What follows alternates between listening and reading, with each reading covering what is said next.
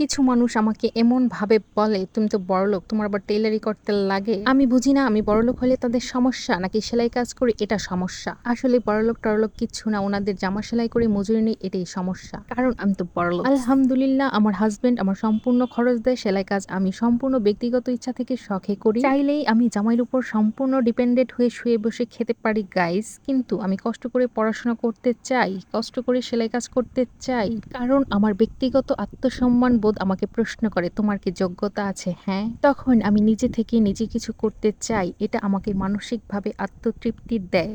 অনেকেই আবার বলতে পারো আমাদের জামাইয়ের যা আছে আমাদের অন্যের কাপড় সেলাই করে চলতে হয় না। আসলে তোমাদের যোগ্যতা অন্যকে অযথা এই কথা শোনানোর মধ্যে এর উপর আমার যা শখ গাইস, সেগুলোর তো কোনো লিমিটই নেই। আমার ইচ্ছে করে আজকে বাইক কিনি, কালকে গাড়ি কিনি, পরশু হেলিকপ্টার কিনি।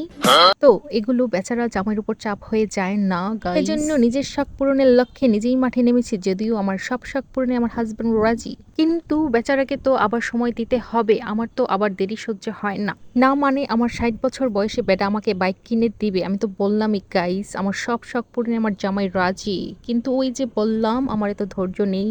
তার উপর আমার আবার শপিং এর অনেক শখ। এই যে অনলাইনের যুগ, সুন্দর সুন্দর জামার ভিডিও খালি সামনে আসে গাইস, ইচ্ছে করে মাসে 30 দিনে 31টা জামা কিনি, কিন্তু এগুলো তো আবার বানাতে হবে। এতবার দর্জির কাছে যেতেও তো প্যারা লাগবে, তাই না? সেজন্য নিজেই সেলাই কাজ করি, যাতে সেলাইয়ের ভয়ে 30 দিনে 31টা জামা কিনতে ইচ্ছে না হয়। তো গাইস, আমি নিজের বুদ্ধিতে চলি, তো আপনাদের মধ্যে যাদের আমার বুদ্ধি পছন্দ হয়েছে তারা আমাকে অনুসরণ করুন, মানে পেজটা ফলো করুন। ধন্যবাদ।